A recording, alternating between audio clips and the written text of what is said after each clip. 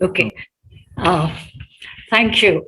I'd like to thank the new Socialist Initiative, and especially Dr. Subhash Gatade, for the invitation to give this special lecture. It is indeed a privilege to speak again under the auspices of this important initiative, the Democracy Dialogue. So, thank you very much for this opportunity to discuss what is clearly an interesting and important subject, which is the UP elections. Now, the Uttar Pradesh Assembly elections of 2022 were the most important assembly election in living memory. It has set the stage for the next general election in 2024, with the Bharatiya Janata Party, the BJP, and its allies winning a two-thirds majority in this crucial state. The UP election was significant because this state had given a massive mandate to the BJP in the 2014 parliamentary elections, in the 2017 assembly elections, and in the 2019 Lok Sabha election. The 2022 election, the momentous outcome in this election, is the subject of considerable debate among analysts and indeed the public at large. There was a premise this time, particularly in UP. One second.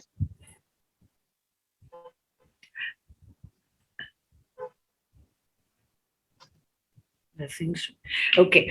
There was a premise this time, particularly in UP, that communal polarization wasn't working and acute economic discontent could trigger electoral change. However, the large scale discontent over many economic issues did not translate into a decision to vote out the government. Many analysts have attributed the BJP's re election to welfare measures and free rations to the poor during the lockdown. The focus of this debate here is between those who stress economic factors versus political and cultural factors. Most indications point to the indirect or contextual effects of the former, the more direct influence of the latter, and a strong interaction between these two, that is, the indirect and direct factors. Now, to begin with, then, let's come to the heart of the matter. And the heart of the matter is that UP is the heartland state of the majoritarian project. It's home to the three holy Hindu sites, which in many ways have functioned as the nerve center of Hindu majoritarian politics. The emblematic significance of Ayodhya, Banaras, and Mathura as symbols of Hindu unity cannot be overstated. None of the other states, even in North India, quite have this cultural and political cachet. It was in UP that the BJP formed the government after the Ayodhya movement. It was here for the first time that the BJP experimented with the politics of social engineering. Both elements have been critical to its success. The appointment of Yogi Adityanath as the chief minister in 2017 was a defining moment for this project. His appointment was indicative of the plans to amplify the majoritarian agenda. Under his leadership, UP has established what I would call a communal authoritarian model. And this model brooks no dissent, no disagreement, and no protest. This was demonstrated by the regime's handling of the protests against the Citizenship Amendment Act, which had provoked widespread protests across the country, but a very widespread protest in UP in particular. The state government responded very harshly, and this included seizing property of protesters a penalty that was later halted by the Supreme Court. The violent police action in UP resulted in the death of at least 23 people, all of them Muslim. Now, the UP model that I just mentioned, that is the communal authoritarian model, works through two processes: the consolidation of Hindu dominance through authoritarian means and the constant demonizing or demonization of the other, defined in terms of religion and constantly reminding people of a threat from an enemy within. Now, what were the big issues then against this background in this election? The BJP victory is quite remarkable. Why is this so? Because it happened despite the state government's inept handling of the COVID-19 pandemic, and by the fact that it has very little to show by way of economic development in terms of growth and jobs, most importantly. Instead, the last 5 years witnessed a vigorous implementation of the majoritarian agenda. Headway has been made on the construction of the Grand Temple in Ayodhya, exactly where the Babri Masjid once stood. What is more important to note is that the Ram Temple, or the construction of the Ram Temple, is very much a state project. The government has enacted punitive laws to discourage interfaith marriages. The crackdown on cow slaughter that seems to target Muslims and has affected the meat trade, which is an important source of livelihood for large numbers of Muslims in that state. The names of cities and towns that had Muslim names have been replaced with Hindu ones. Textbooks have been revised, and so on and so forth. Now, in the economic sphere, the chief minister claims that UP has jump-started economic growth and created jobs aplenty. Yet, when fact-checked, many of these claims, despite huge advertisements in newspapers, don't hold up. The state records one of the lowest growths in India, lowest growth rates in India. On most development indicators, the state ranks very poorly. It is economically backward and socially conservative. Even a cursory examination of the actual conditions of people would show no significant improvement in their social and economic condition or the quality of public life or health or education sectors and in employment opportunities.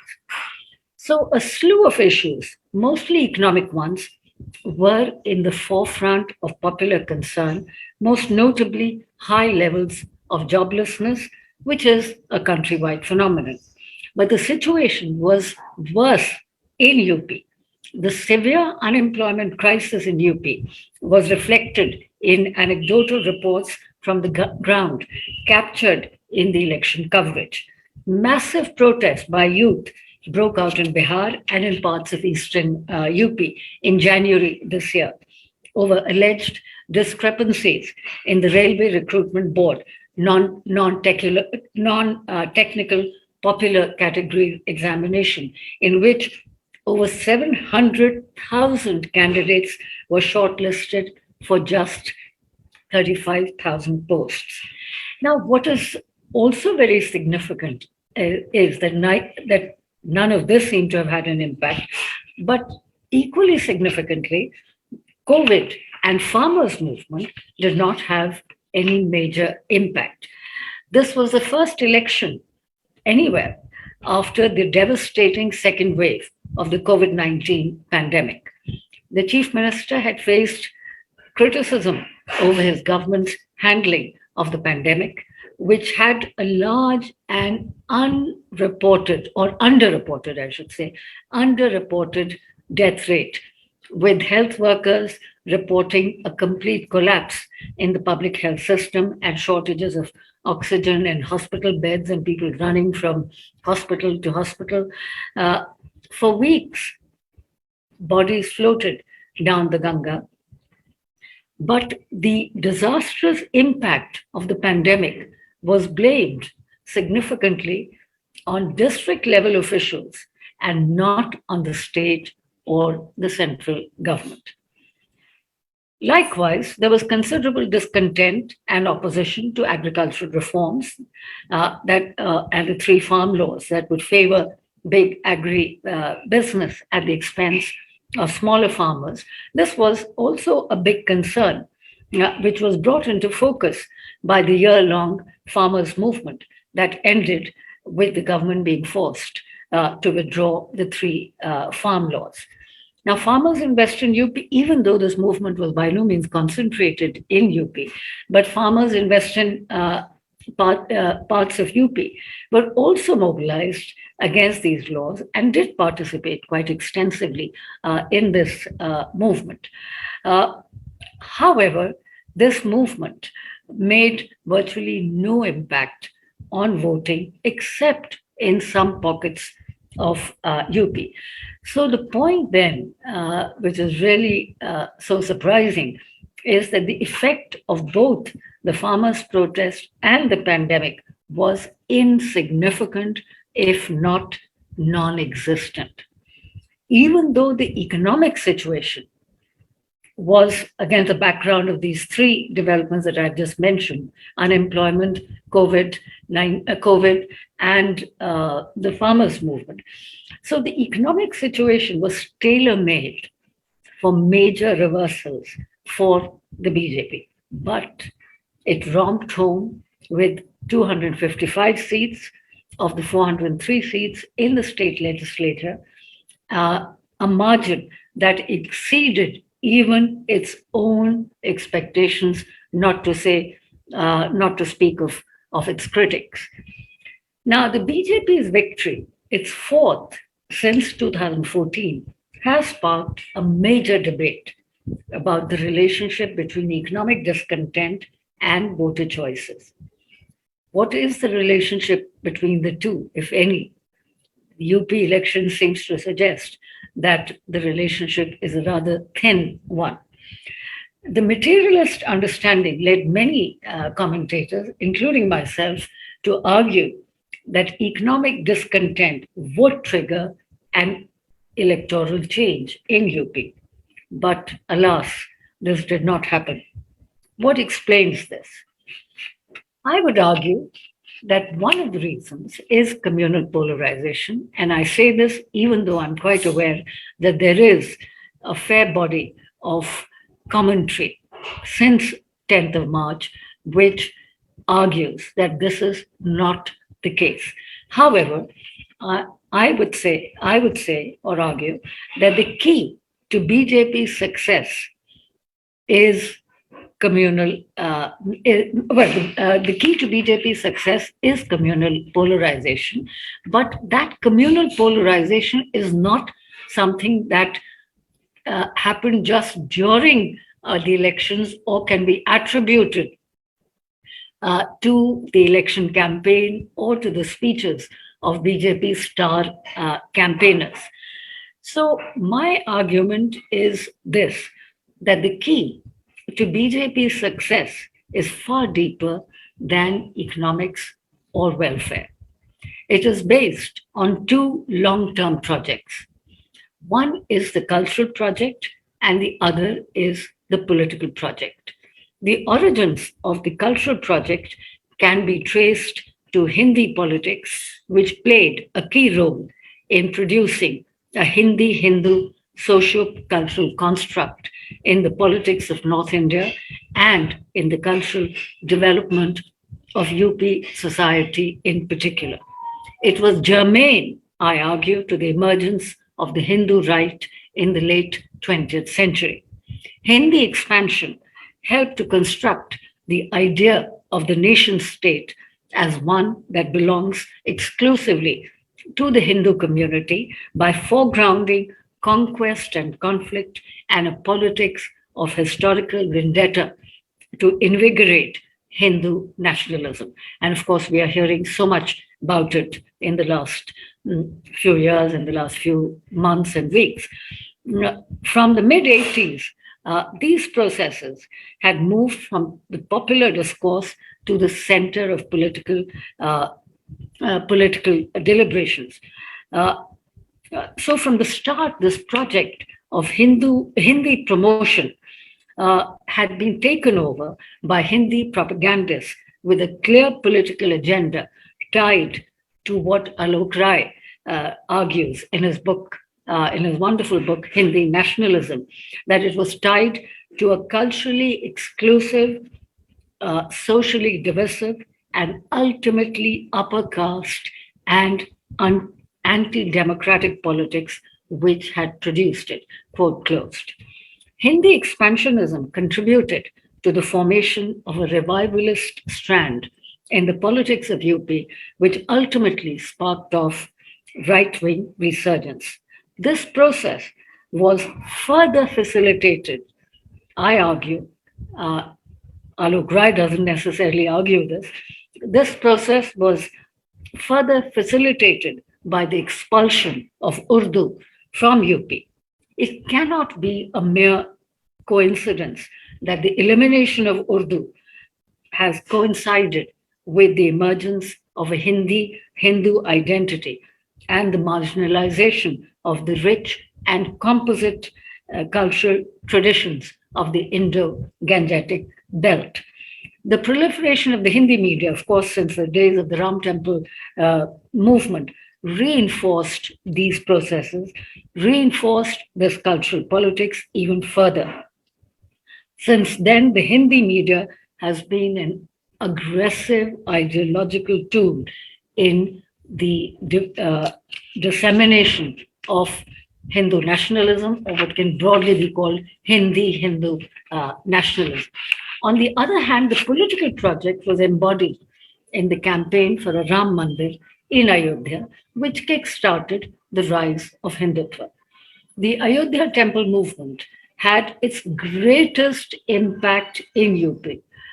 And it is surprising that people don't take this into account in their analysis of the success of BJP. Hindu nationalists worked assiduously to consolidate the Hindu community in UP, which prepared the ground for the rise to power of the BJP. The systematic push for political power wouldn't have advanced as it has in the last 30 years without the ground prepared by the Ayodhya movement, prompting an escalation of political mobilization along religious lines in state elections and state politics. Politically, it opened up the prospect of changing both the ideological discourse and institutional politics in favor of the majoritarian idea of India as a Hindu nation, both at the national and state level. Importantly, it laid the groundwork for a permanent communal majority in the Hindi heartland, which, given its overwhelming size, helped the Hindu right to establish a strong base to offset its weakness in other parts of the country, most notably in South India, with the exception of Karnataka, of course, and the eastern parts of the country. Today, Ayodhya is certainly not an election issue in the way in which it was 2 or 3 decades ago, but that is because it is now subsumed under nationalism. BJP's victory in this election, despite the severe economic crisis and the unemployment crisis facing the people, has to be seen in the light of the long-term efforts to build a permanent Hindu constituency in this keystone, crucial state. Secondly, communal politics was given a substantial push by the Chief Minister's statement in the beginning of the 2022 campaign that UP was facing an 80-20 election, denoting a clear reference to the state's 40 million Muslims who represent roughly 20% of the population. This template, the 80-20 template, framed the meta-narrative of the campaign, and this signaled the central role of communalism, further unifying the 80% Hindus while relegating the 20% to the margins, or if not to a second-class status. So the communal thrust of the campaign was not in the course of the electioneering was not in your face, but it was disguised through an excessive emphasis on law and order. The law and order platform echoed fears very deliberately about Muslim criminality, depicted through front page advertisements in newspapers with two images of a young man with a kafaya around his neck, symbolizing a terrorist, and the other without a kafaya, seeking pardon. And the caption was, "Now we have established law and order in the state."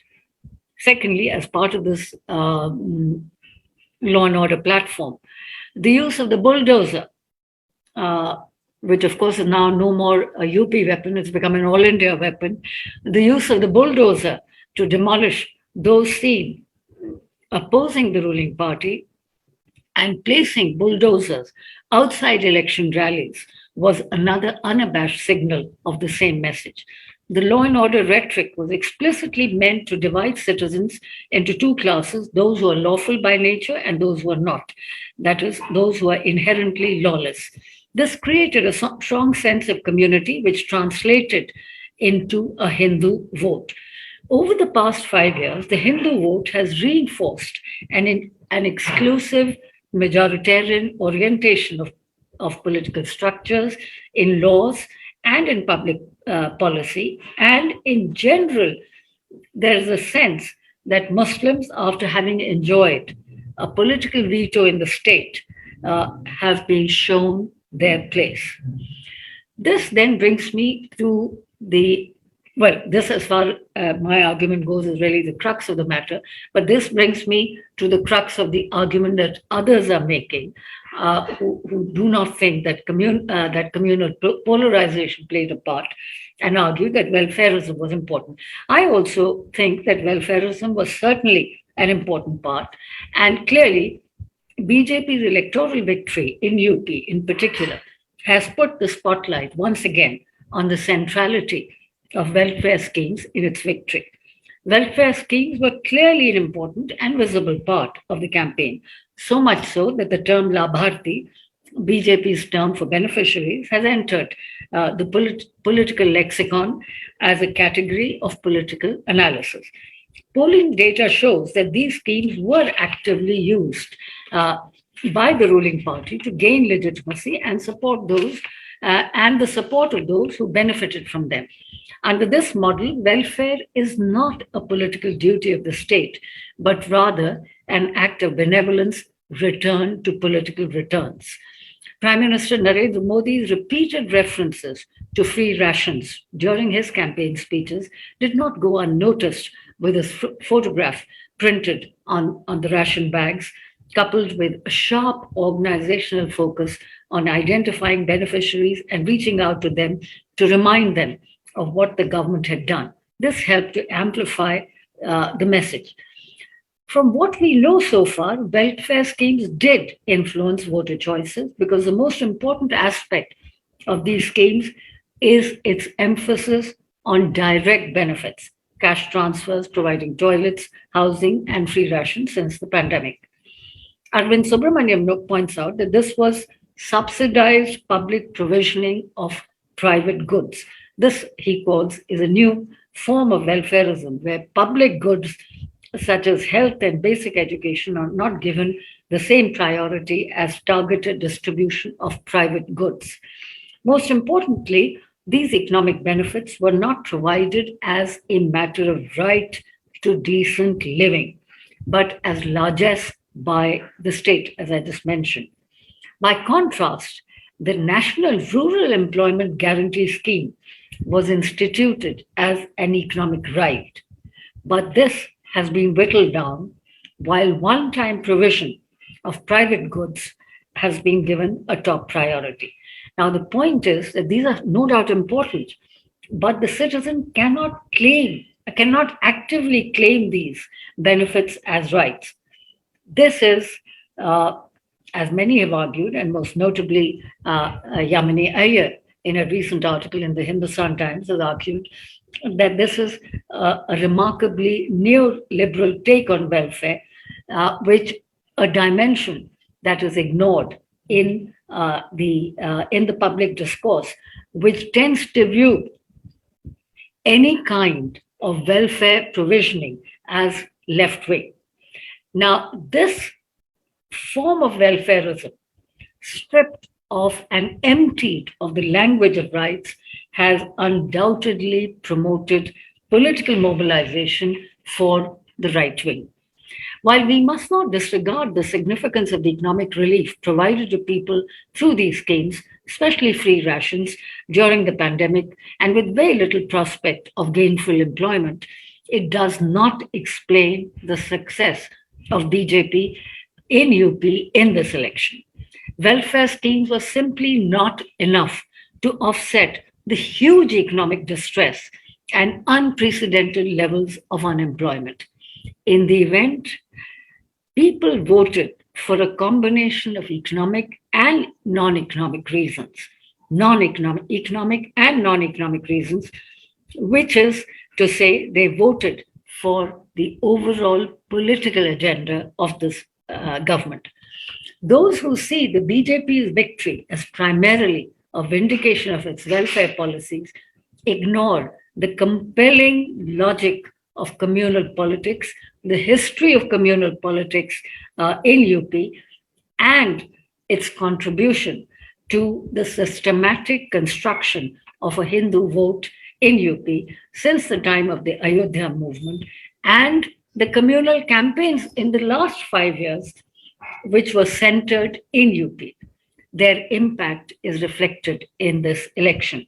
Now, the construction of the Hindu vote was so significant that it has also trumped caste-based politics of regional parties such as the Samajwadi Party and the Bahujan Samaj Party through a mobilization of upper caste and non-dominant backward and lower caste communities.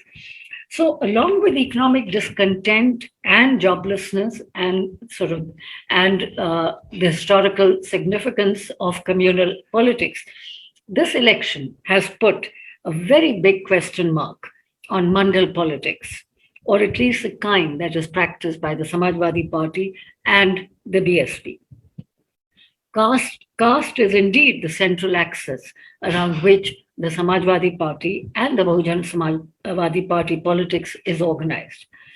But reconfiguring of caste coalitions, which dominated Samajwadi Party strategy, clearly shows that there are limits to caste-driven politics, which cannot really solve the dilemmas of inequality, unemployment, or even representation, which is the central concern of these parties. Caste alliances, I would argue, merely displace religion with caste as a central organizing principle of politics, and the caste-oriented social justice plank was clearly superseded by the BJP, which co-opted non-dominant backward caste within the Hindu umbrella by giving greater representation to underrepresented groups and by emphasizing their Hindu identity under the capacious Hindu umbrella. This has paid rich dividends for the BJP, which has, to a great extent, diluted the mandal factor by accommodating caste grievances, as BJP had done in 2017 and clearly in 2022 also. In the final analysis, as I come to the conclusion, the BJP didn't win votes for what its leaders said during the campaign. It harvested support because of its communal campaigns over the past several decades, and especially in the last 5 years, leading to the manipulation of the Hindu-Muslim fault line. That was a common thread which reinforced the political mobilization of the ruling party. As a result, people are willing to overlook the economic failures of the government. Economic discontent was then cancelled out by the much greater cultural and ideological acceptance of the BJP as the champion and defender of Hindus. This is demonstrated, of course, by the results of this election. Now, BJP's dominance then, as I tried to argue, is based on a Hindu coalition. Is based on a Hindu coalition. Now, one could blame that the opposition, as I have also suggested, that Samajwadi Party's caste-driven politics has its limitations. So one could blame the opposition to some extent for this denouement. The Samajwadi Party entered the election very late and was hardly active during the past 5 years. Also, the BSP was inactive and had virtually gone into hibernation.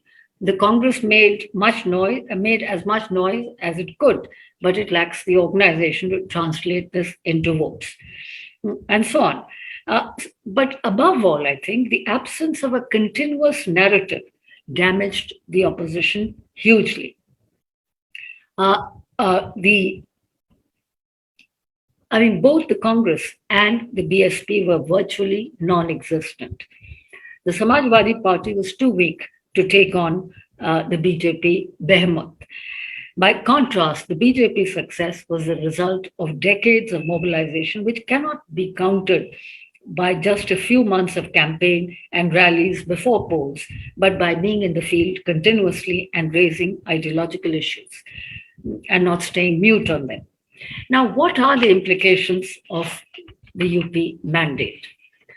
I think the implications of the UP mandate is the active destruction of the rule of law by the rule of the bulldozer, criminalizing protests and speech, restricting human rights, and weakening constitutional democracy overall.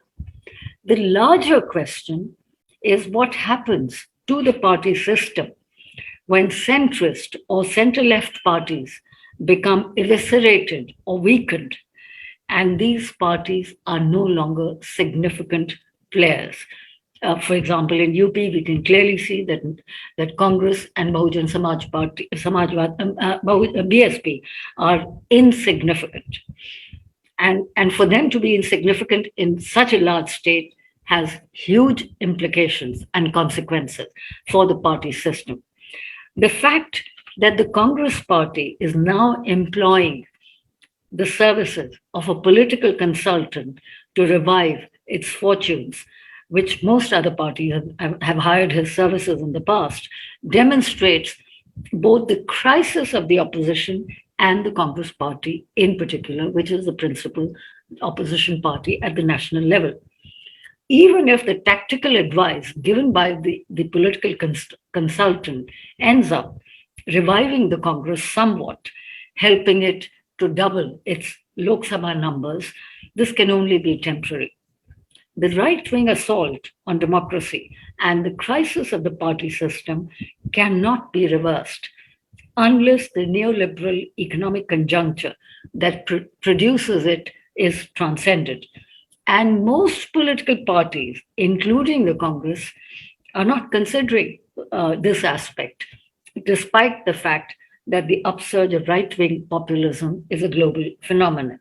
And most opposition parties are unwilling to put up a united front against it. For them, it is business as usual, unmindful of the threats to our democracy. But the question that arises from the UP experience is why opposition parties are not effective despite the economic crisis. This is really the central question that must concern us. Right-wing populism, neoliberalism, money power, and misuse of state machinery has undoubtedly weakened and undermined opposition parties. It has weakened the strength of many parties. And it's obvious that political parties haven't found a way of transcending these constraints to reacquire relevance. But the problem is not just about opposition parties and their failure. And we always zero in attacking opposition parties. And of course, they're not doing enough. But we should also be concerned about what is happening to voters, which is driving them to the party of the right, which is illiberal, intolerant, and anti democratic. And yet, people are sort of supporting this party in such huge numbers. So the causes of its rise, of course, have been the subject of discussion, but its continued attractiveness 8 years later, when it has not really been able to deliver on most of its promises, ought to be a matter of concern. That is to say, not just the causes of its rise, but its continued attractiveness to voters ought to be a matter of concern. Voters are clearly vulnerable to cultural appeals. Democracy and the party system has difficulty when cultural factors dominate, especially in the present conjuncture when parties have little to offer by way of jobs, for example. In these circumstances, right wing parties double down on cultural factors, as we can see in the communal rampaging across India in the last few weeks, partly because economic policies are not working. Communalism increasingly serves a purpose: mass distraction, taking attention away from the issue of jobs and livelihood, while ostensibly giving a sense of power and meaning to the lives of those excluded from society's economic activities. I think if we were to just look at the social background of people who are taking part in these religious processions, I think would clearly indicate this, that they come from a certain class of people with a certain social background. And yet, opposition parties too are reluctant to jettison the culturalist argument. Now, finally, can UP's turn to the right be reversed? Undoubtedly, the Hindu right is well entrenched in UP.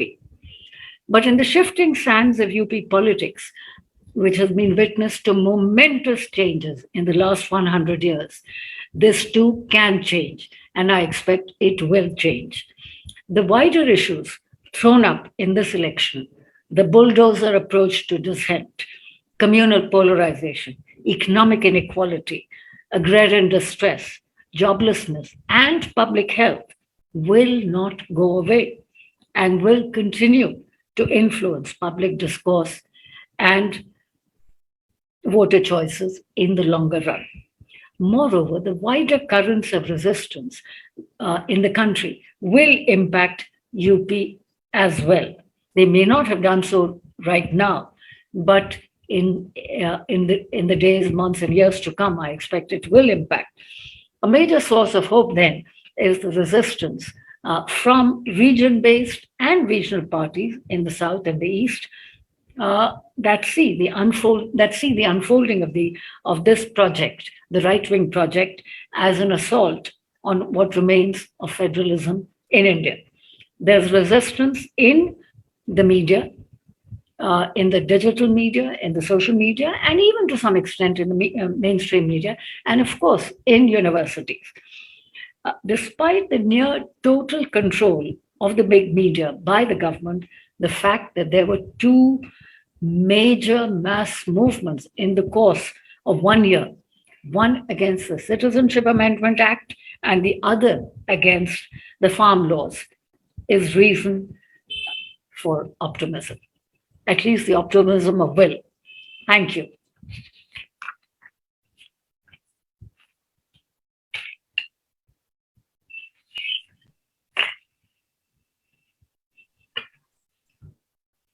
Thank you very much for this exciting presentation, the analysis of the elections and the challenges which Indian democracy awaits at this juncture. I will request Comrade Ravi Sina to make initial comments. Ravi. Thank you, Suhash, and thank you, Zoya ji, so much. Thank you doubly for giving this special lecture soon after your wonderful lecture last month. And Subhash calls me each time before anybody else so that another man with white beard can give thanks to our speaker. To a speaker with white hair, yes. Yes, and we are really, it's such a wonderful for agreeing to give this lecture at such short notice. And we are, believe me, we are all eager to become your regular students. So we will call upon you very frequently. I hope not. Before, when Subhash and Bhargav pick up the questions and comments from the chat box, let me just begin the discussion by, it is very difficult to what you have said. It is such succinct and such comprehensive analysis of what has must have gone on in UP. I wonder if you will have some thoughts or comments on then what should the progressive left of center forces have as a medium term strategy.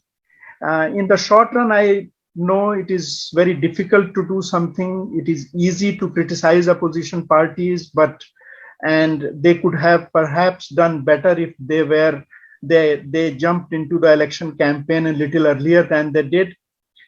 But that, given the scope of crisis and the problem that you have just talked about, one expects, we are accustomed to thinking that we will speak the truth, we will speak against communalism, we will speak for real issues that affect life, that include the material, economic factors, and yet they don't work. Given the Hindu-Muslim tectonic plate or Hindu-Muslim divide, given the fact that public cultural mind is such that cultural issues easily trump the material and economic issues, what should we do? I feel happy that there is a Congress leader who openly names RSS and Sangh Parivar and says that that is the disaster for India that has struck India. And the more he says that, more marginalized he gets. And the playing field gets tilted more and more against him. So ideologically, he sounds clearer than most of old school Congress leaders. And yet he is ridiculed not by the BJP, but also part of Congress. So what is obviously right thing to say that we should be secular, we should be progressive, we should fight for material interests of the people at large. Those things don't matter. And the leader who gathers some courage to talk about those issues easily gets marginalized. So I am kind of repeating partly what you have said, but I wonder if you have some further thought about future medium-term strategy for 5 or 10 years. I am not talking of left progressive forces alone. I am talking of left of center mainstream political forces too. So I will stop at that and see if you have comments to make on that.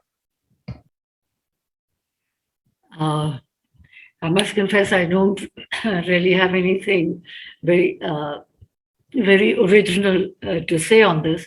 Whatever I say is something that we've all thought about and talked about. So what should the progressive forces be doing in the short run and in the long run? I think, at least as far as UP is concerned, and I hope there are people from UP who will comment on this. One is, I think, the need to strengthen civil society in UP, because civil society in UP has been hugely penetrated and dominated by sort of religious organizations, by religious groups, and so on and so on and so forth. So I think there needs to be a kind of a non-religious civil society, number one. Number two, I think there should be more NGOs in UP. UP is one state where the state dominates, and the non-governmental sphere is quite weak. This then brings me to the third point, which is that obviously there's need for greater public action in UP, greater public action with a focus on livelihood issues, on human and social development, which has been neglected in UP, and that is part of the reason why sort of religious politics and cultural politics is found to be more attractive. And then I imagine there has to be more direct anti-communal campaigns. Now, it is somewhat unfashionable to talk about composite culture and so on, but I think some of the spirit of that culture and coexistence and living together, I think that needs to be revived through anti-communal campaigns, which UP has not witnessed. Because after all, what the opposition parties are somewhat disadvantageously placed precisely because they're faced with control of the media by the government, money, power, and the RSS. So this combination of media, money, power, and RSS is so powerful that it is not easy. To compete against that. But nonetheless, I do think that greater public action, continuous public action, and not just reactive public action, which is to say that something happens wherever, now or Hathras or Lakhimpur Kheri, and opposition parties are activated. I think there has to be continuous public mobilization and public action, which one side is doing, but the other side is not doing. We have with us Professor Ramesh Dixit, is an old activist and friend. Rameshji, your comment. Please unmute yourself.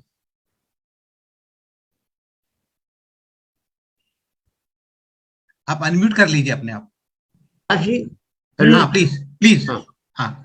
मुझे इतना जोया का भाषण बहुत अच्छा लगा. मैं हिंदी में बोल रहा हूँ, मुझे यूपी का रहने वाला हूँ, मुझे हिंदी आती है, अंग्रेजी आती नहीं है, इसलिए बहुत ही अच्छा उन्होंने जितनी वजह बताई. आप अनम्यूट कर लीजिए. आप फिर म्यूट हो गए रमेश जी. मुझे दो बातें कहनी है. हाँ प्लीज. नंबर एक, जो आखिरी बातें जो कही जोया जी ने, उससे मुझे डर लगता है. उन्होंने ये कहा है कि जनता के बारे में लोगों ने कैसे तय कर दिया. मुझे लगता है कि अगर हम किसी डेमोक्रेटिक फ्रेमवर्क में अल्टीमेटली अपनी गलतियों के लिए जनता को ब्लेम करने लग जाएंगे तो कोई रास्ता निकलने वाला नहीं है. लोग कम्युनल नहीं हुए हैं. जो अपने को सेकुलर कहते हैं, they did not try to reach out to people. जनता तक पहुंचने की कोई कोशिश क्या किसी नॉन बीजेपी नेता ने की थी? ये सवाल पूछा जाना चाहिए. हमें अपने गिरेबान में झांकना चाहिए कि क्या हमने कोई कोशिश की थी. वहां पर हुआ क्या है कि जिस बीजेपी लगातार जनता के तमाम सेक्शन तक पहुंचने की कोशिश कर रही है, पहले हम उसे अर्बन पार्टी कहते थे, वो गांव में पहुंच गई तो गांव तक पहुंच गए वो. और जो शहरी मिडिल ऑफ कहना चाहिए centrist parties, leftist parties, liberals, ये सारे के सारे लोग एक काम सीख गए. अच्छा काम क्या है? पिछले 5 साल में मोमबत्तियां हाथ में गिरी तो चल दिए. 5 लोग खड़े होके मोमबत्ती जलानी शुरू कर दी. हर मुद्दा का एक ही इलाज था, मोमबत्ती जला देना। तो सवाल ये है कि क्या डेमोक्रेसी में जनता नाम की जो शख्सियत है, एब्स्ट्रैक्शन है, पीपुल, उसकी कोई हैसियत है कि नहीं।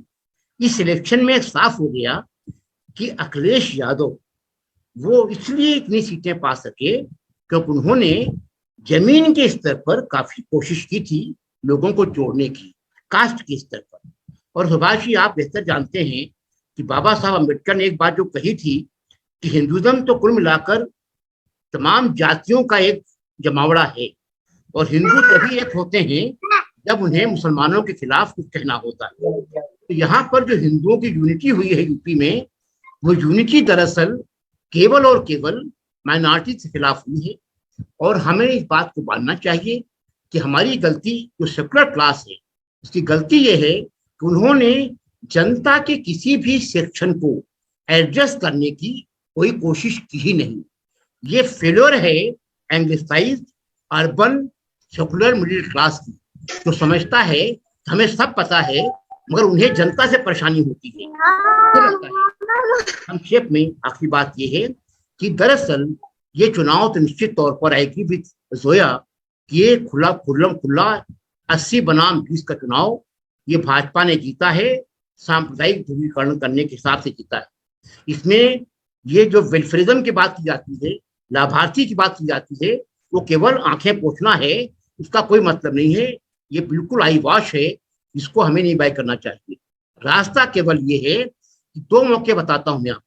1993 में फिर Samajwadi party and BSP came together, they one the elections.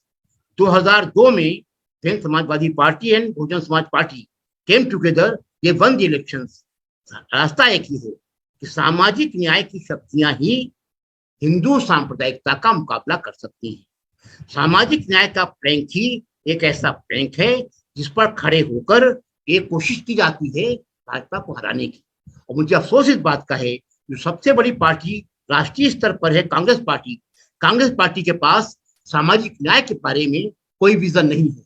और जिन लोगों के पास विजन है उनके चेहरे इतने रूखे सूखे हैं, वो बेचारे हिंदी वाले हैं, अंग्रेजी वाले हैं नहीं। अखिलेश यादव जो हैं वो थोड़ा सा कहना चाहिए उतने एंग्लिसाइज नहीं है जितने राहुल बाबा हैं। तो सवाल है कि आप थोड़ा सा तेजस्वी यादवों को, अखिलेश यादवों को थोड़ा सा प्यार करना सीख लीजिए तो शायद हिंदुत्व से लड़ना आसान हो जाए। बहुत शुक्रिया।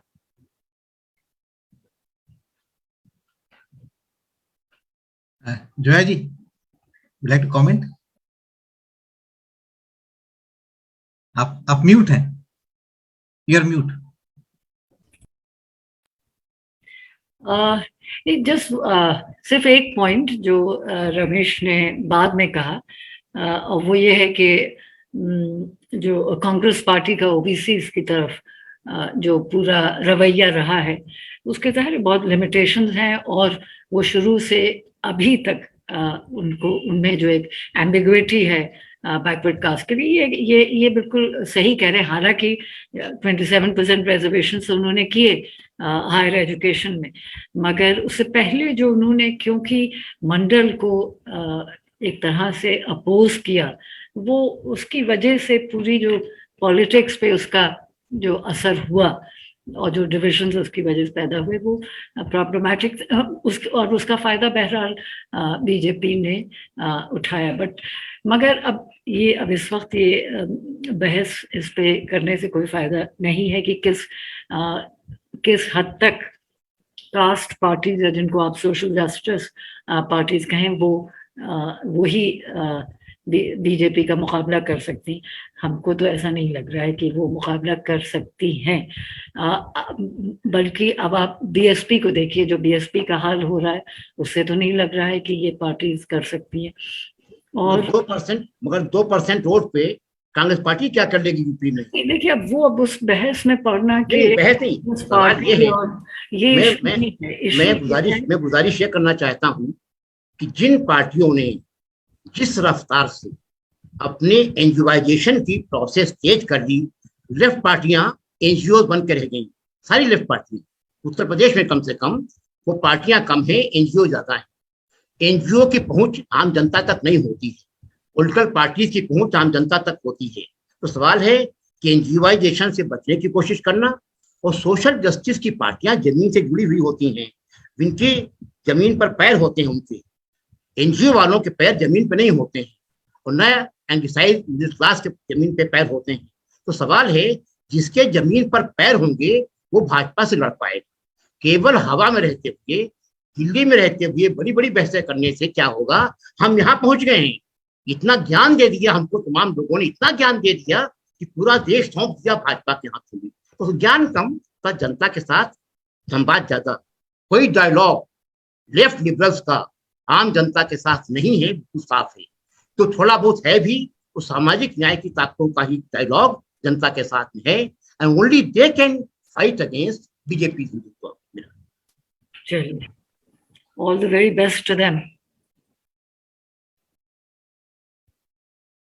Margo, can you take up the questions in the chat box? आप अच्छा देखते हैं, आप पढ़ दीजिए. Yes. Yeah, I will just, good evening, madam. There are a few questions in the chat box. I'll just read them out for you. Mm-hmm. I can read one of them. Would you like to? There is a question from a person whose name is not identified.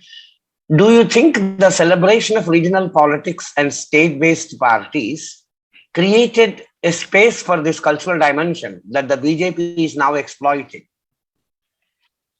Mm-hmm. That's a question he's posing. This cultural regional parties, state level parties, have they created this cultural dimension to the politics and which now BJP is exploiting? That is the query he has in mind. Okay. And should I read another question too? Yeah, please. Yeah, there is a question by Khan Yazdani. What will be the alternative for the opposition parties that proved insignificant in UP elections to achieve a significant result in 2024 Lok Sabha elections to protect democratic and secular tenets of our constitution? So these are the two questions we got.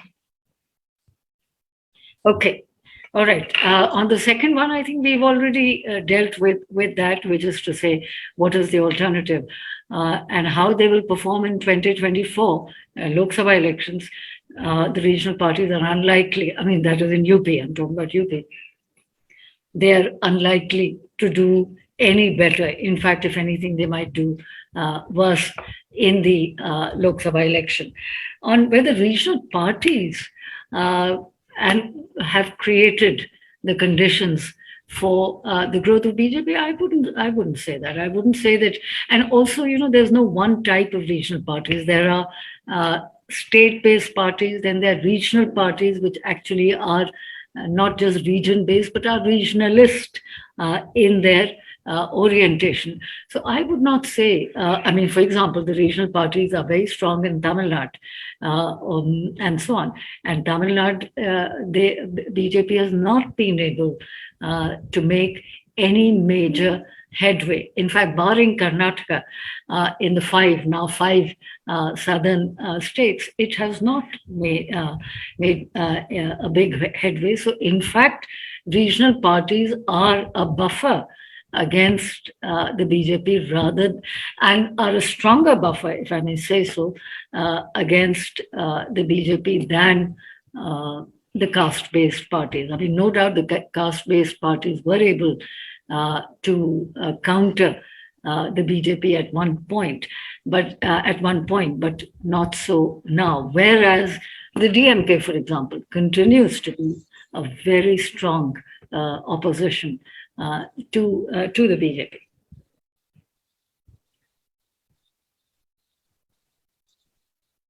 A young scholar Divya is with us. She wants to ask some question. I will request her to be very brief. Divya, please. Yes, sir. Thank you, sir. Am I audible, sir? Yeah. Okay, sir. Hi, sir. Thank you for this opportunity. Professor Zoya, I'm Divya. I'm a student at the Department of Political Science, Delhi University. And I'm very deeply intrigued by the way you brought out the politicization of the culture by the BJP in Uttar Pradesh. and how right-wing populism is finding a huge electoral appeal in UP especially. I have a query with relation to your observation on how welfareism has been used by BJP in UP particularly. You said that how BJP uses its welfare policy as kind of a benevolent giver and not in the language of rights. And I feel, ma'am, I think this has been the political narrative in other welfare-centric states in other parts of India as well, where delivery of welfare schemes is seen as party-driven or party-given or driven by personalistic cults of the political leaders. So how is then BJP has been particularly made to use this narrative of welfareism in UP particularly? How do you find it distinctive in terms of UP especially? Thank you. That's my question. I think you make an important, which is to say that the idea of a benevolent state and attributing welfare schemes to a leader is not unique to BJP, and I think you have in mind Jayalalitha and Tamil Nadu and so on. But perhaps while it is true of Tamil Nadu, but if you were to compare at the national level, let us say the way in which the NDA has gone about it, and let us say the UPA, which introduced a whole slew of welfare schemes and rights-based legislative measures, but did not really, but it was not necessarily so directly identified with the leader. Now, of course, that may have to do with the political system that the UPA had created and the dual centers of power between the Prime Minister, Dr. Manmohan Singh, and the Congress President and the chairperson of the UPA Alliance, Mrs. Sonia Gandhi. So there were obviously some issues there which might also have been in the way of being able to take advantage. But I do think that I think the extent to which the ruling party has gone in taking advantage of this and in sort of projecting this as a largesse of the government in power, I think is somewhat much stronger now than before, with the exception of perhaps Tamil Nadu and with the exception of Jayalalitha. Thank you. Thank you. But you're right, there is a point that we can't just say that BJP alone is doing this. Dr. Anand Phadke has raised his hand. I think, Anand, please unmute yourself. Yes. My excellent presentation by Professor Zoha, and I've added some small minor supplementary points in my notes, comments. So I don't want to repeat that. My question to her is that, as many people have said, and probably also earlier in your earlier communication, you have said that actually BJP is a combination of brazen crony capitalism run amok, as well as a communal fascism. And but if you also, that's absolutely true. But you look at Orissa, Bihar, southern states, leave aside northeastern states, they have so far not been able to make a big dent. And without a qualitatively different political economy, I think the same thing that Congress has also unleashed of some kind of not so brazen, but basically corporate capitalism, etc., etc. The same economic program with some little variation here and there of populist welfareism, etc., etc. These parties continue to win elections despite BJP's 24/7 this election machine, as well as the huge donation that they have. So what explains this? My question is, what explains this, number one? And number two, what are the prospects of 2024 elections? And I know this is not a topic for today, but we all are more concerned about this 22 results primarily also because do they show any indications toward 2024? So, and thirdly, the left forces, we have been forced in a way to reduce ourselves to supporting the, in a sense, obsolete Nehruvian welfareism. which played a very important role and which left also played an important role. But the same kind of Nehruvian welfareism with all its limitations of bureaucratic capitalism or state capitalism, can it actually inform the left also, or the left has to go beyond what one can say that it's an once progressive but now obsolete Nehruvian state capitalism? Well, you've raised so many issues and all of them extremely important. And in a way, you even answered some of what you've said. But I think one of the great mysteries is what you have hinted at, which is that, in a period of economic crisis of neoliberalism, or the crisis of neoliberalism more generally, one would expect the left to be able to take advantage and for the left to be able to gain popular support. But that hasn't happened. And that is something that is something that we need to understand. And I must say, I can't immediately answer that, but that is really very, very, very important. And as to your point about, while I don't know if I would use the word obsolete, I don't think welfarism of the earlier variety is obsolete. But I take your point that obviously, political parties have to be innovative, and the left has certainly not been very innovative. Even the centrist parties or center-left parties have not been very innovative, although I would say that the UPA, when it introduced, the Congress-led UPA government, when it introduced the rights-based legislation, that was innovative. That was an attempt at an Indian version of social democracy. No doubt limited, no doubt you could say that it was not enough, but nonetheless, it was there. So there was some innovation there. You could say that the Kerala model of development was innovative at one point in time, but obviously one should go beyond that.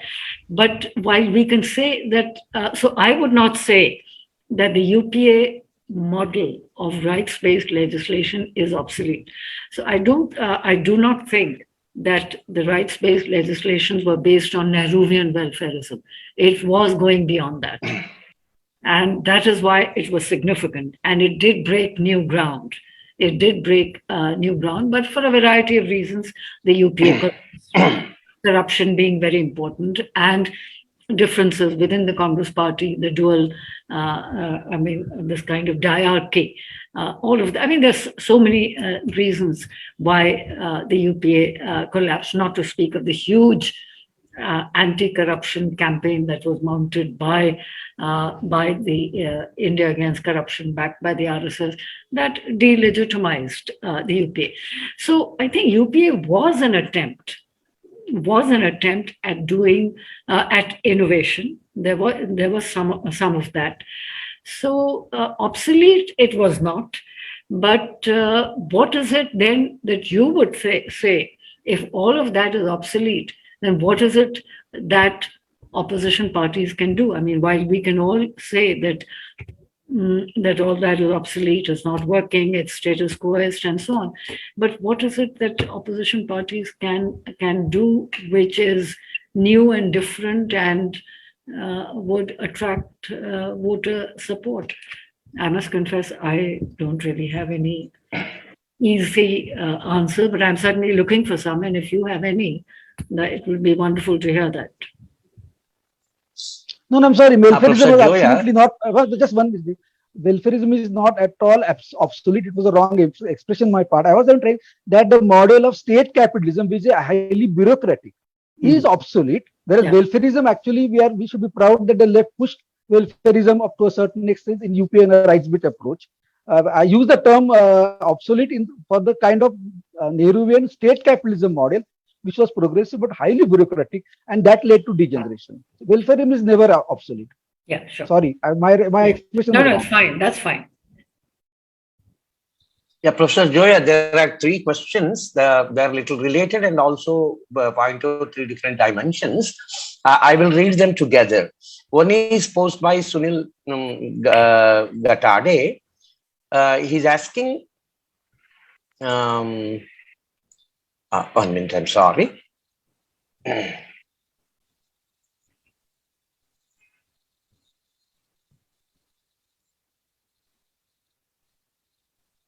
He's asking, in spite of so much Hindutva resurgence in UP, the Chief Minister of Bihar, who shares power with BJP, creates flutter by attending iftar of the leader of the opposition.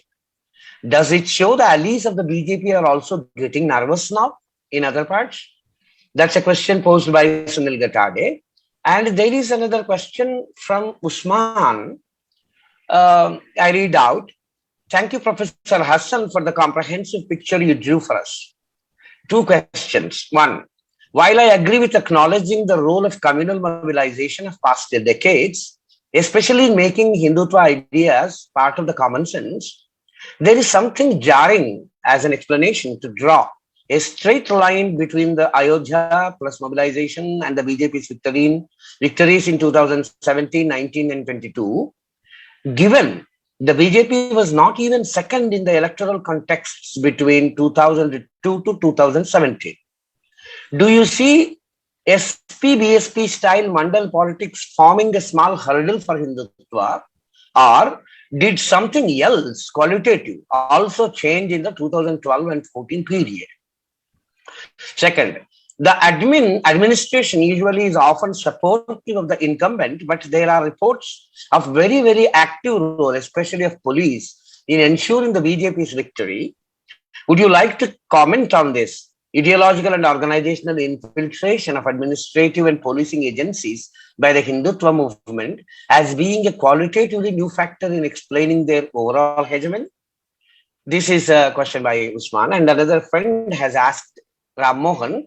He is expressing a kind of a doubt that there some agencies like CSDS who registered that there are at least 8% of Muslim votes going to BJP in some constituencies in small packets. At least 15% of Muslim votes are going to BJP, and how do we see this trend? How much going to BJP? 8%. In some 8% votes going to BJP, and in some certain pockets even 15% of votes are going to BJP. And how do we see this? Okay.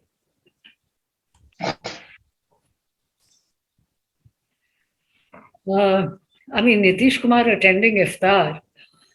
What can one say? He's keeping his options open. That doesn't necessarily mean that that BJP is facing difficulties. In fact, I think he's fearing that BJP might well demand the chief ministership once he completes whatever half his term. Whether one can draw a straight line between Ayodhya and the 2022 results, no. You're right, one cannot. It's very difficult to do that. But I think one is talking about the context. And the context is the historical context, the political context, and surely that plays a part. If it is not all of this, then how are we to understand? Because on the face of it, the BJP campaign was not a very communal campaign. Barring the 80-20 template, then it's very difficult to explain the major shifts in UP politics unless we take into account, unless we historicize the verdict.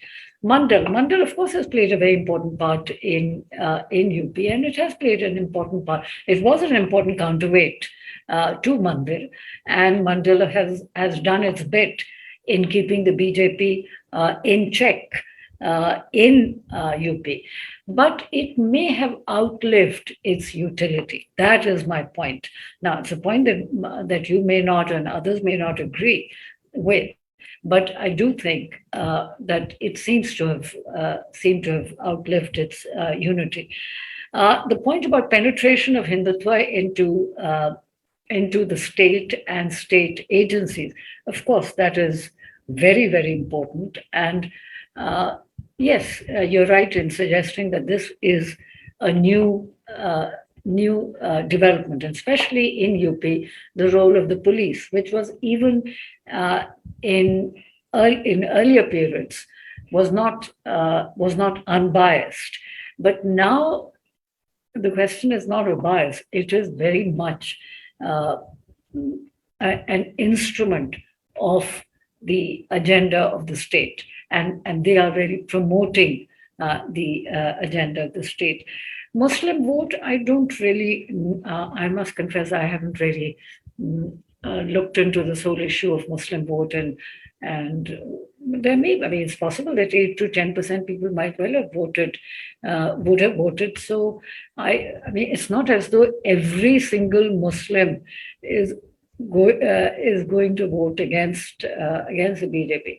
If we look at the past few elections, anything between 6 to 10% Muslims have voted for the BJP, which is okay. I don't know how significant that is, because the fact that some Muslims vote for the BJP does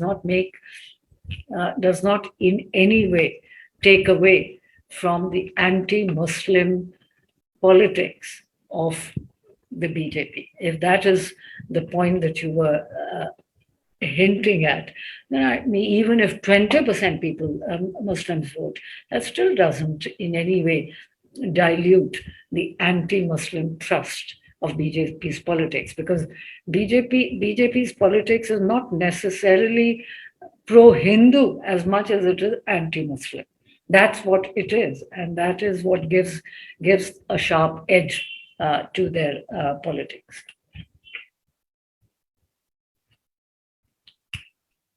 Musharraf Ali हैं हमारे साथ जुड़े हैं। मुशर्रफ अली, आप सवाल पूछिएगा, unmute करके कर लीजिए अपने आप।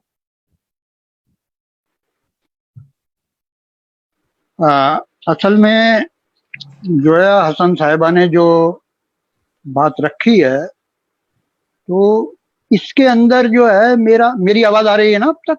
हाँ, आ रही है। बहुत अच्छी आवाज आ रही है। तो मैं मेरे जहन में ये है जो सवाल कि बीजेपी के इस स्थिति तक पहुंचने का कारण क्या है, जो इतनी पावरफुल यहां तक आ गई है पूरे बहुमत में, जो कल्पना नहीं की जा सकती थी। तो मेरे जहन में यह है कि एक तो लक्ष्य इनका स्पष्ट रहे। लक्ष्य है भारत की जो कंट्रोल या कमांड इकोनॉमी है उसको मार्केट इकोनॉमी में बदलना, ये लक्ष्य है। हिंदू राष्ट्र जो है एक अलग तरह का वो है जो एक लोगों को दे रखा। दूसरा क्या है, इसमें प्रचार के जो अत्याधुनिक साधन हैं, उसके अंदर साम्राज्यवादी मदद, बिना साम्राज्यवादी मदद के जो है ये इस स्थिति तक नहीं पहुंच सकते थे। तीसरा कारण जो मुझे लगता है, 2008 में जो सीपीएम ने कांग्रेस से समर्थन वापस का जो ऐतिहासिक ब्लंडर किया है, मैं समझता हूं ये ब्लंडर जो है बीजेपी को बढ़ाने में एक बहुत बड़ा रोल हैगा। चौथी बात यह है कि लेफ्ट जो है उसका डिजिटल पॉलिटिकल मार्केटिंग की समझ का अभाव, जिस समझ को जो है पिछड़ी सोच होने के बावजूद जो है बीजेपी ने इस्तेमाल किया है। पांचवी बात है कि मार्क्सवादियों की जितनी भी मार्क्सवादी पार्टियां हैं उसमें मार्क्सवाद का डॉगमा बन जाना और नौकरशाही प्रवृत्ति की बढ़ोतरी। चौथी चीज यह है कि जो एंटोनियो ग्राम्सी का जो सोचना है कल्चरल हेजेमनी वाला, तो कल्चरल हेजेमनी में वाम जो हैगा किसी भी जो चार चीजें बताई हैं उन्होंने, परिवार, शिक्षा, धर्म और मीडिया, तो वाम जो है इन चारों से आउट है। तो इसलिए जो, बल्कि सुभाष गताड़े जी ने एक बार जो है मैंने लेख में इनका पढ़ा भी था कि वाम ने क्यों नहीं स्कूल खोले, शिशु मंदिर, तो ये बात इनकी वाजिब सवाल था इनका। तो क्योंकि कल्चरल हेजेमनी जो है उसमें से वाम बिल्कुल गायब है। फ्री राशन का जो नैरेटिव है उसका विकल्प जो है प्रचार लोगों में जाना चाहिए था। ये एक बड़ी चीज मौजूद थी जो लेफ्ट ने इसकी तरफ नजर ही नहीं डाली। दूसरा जो है वाम का जो सांस्कृतिक मोर्चा है उसकी सबसे ज्यादा जो है कमी है। तो मुझे लगता है मेरे नजर में तो ये है, और बहुत से कारण हैं जिस पर मैं लिख रहा हूं, तो मेरे नजर में यही है। क्या जोया हसन साहब या बताएंगी कि ये मेरा सोचना जो है इसमें से कितना दुरुस्त है? आपका सोचना बहुत दुरुस्त है, इतना दुरुस्त है कि इसमें और आगे कुछ कहना जो है मुश्किल है, क्योंकि आपने बहुत कॉम्प्रिहेंसिवली बहुत सी बातें कही। उनमें से ज्यादातर मेरे ख्याल में ज्यादातर बातों से हम और मेरे ख्याल में यहाँ जितने ज्यादातर लोग मौजूद हैं वो आपसे एग्री करेंगे। आपने बिल्कुल सही फरमाया। और आपने जो हिस्टोरिकल ब्लंडर का जिक्र किया, लेफ्ट के जो हिस्टोरिकल ब्लंडर्स 2 या 3 उन्होंने किए हैं, उसमें से यकीनी जो यूपीएस उन्होंने सपोर्ट विड्रॉ की और जिस इशू पे विड्रॉ की कि वो इशू की कोई सिग्निफिकेंस ही ना रही, ना उसकी पॉलिटिकल सिग्निफिकेंस थी। वो 2009 इलेक्शन में तो उसका कोई इंडो यूएस न्यूक्लियर डील, ये कोई इलेक्शन इशू का बनने का सवाल ही नहीं था। तो वो तो एक हिस्टोरिक ब्लंडर था। ये पहले ज्योति बासु को प्राइम मिनिस्टर ना बनने दिया, वो एक हिस्टोरिक ब्लंडर। और फिर दूसरा हिस्टोरिक ब्लंडर 2008 में जो इन्होंने सपोर्ट विड्रॉ की।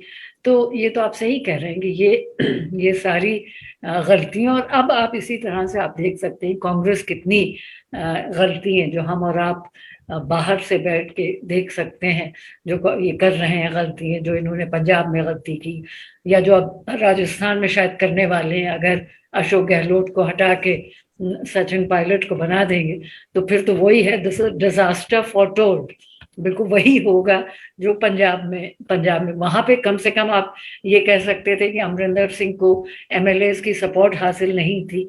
मगर यहाँ तो आप ये भी नहीं कह सकते हैं राजस्थान में कि अशोक गहलोत को राजस्थान के कांग्रेस के एमएलए की सपोर्ट हासिल नहीं है। तो ये इसी तरह से जैसे आपने लेफ्ट की गलतियां बताई, हम लोग कितनी कांग्रेस की गलतियां पिछले कुछ सालों में देख सकते हैं, अपार्ट फ्रॉम द फैक्ट कि वो जो एक विजन, नैरेटिव, आइडियोलॉजिकल, वो सब तो इश्यूज ही हैं। मगर टैक्टिकल लेवल पे मतलब एक तो होता है आइडियोलॉजिकल लेवल, दूसरा स्ट्रेटेजिक और टैक्टिकल लेवल पे भी इतनी गलतियां हैं कि अब क्या कह सकते हैं। एक सवाल मैं पूछना चाहता हूँ। नरेश जी प्लीज एक उनको एक कन्नन श्रीवास्तव जी को बुला रहा हूँ बस। Kannan please raise your question. I'm not sure that I have anything to say beyond what I've already written, because I'm full of admiration for Zoha ji's discussion, which because I think she's addressed this important paradox of why, when you've had such a dramatic delivery of welfare with rights, that has been obscured by so much competing. I mean, not even competing, there's no competition, because the dominant publicity is this mythology, which is curious because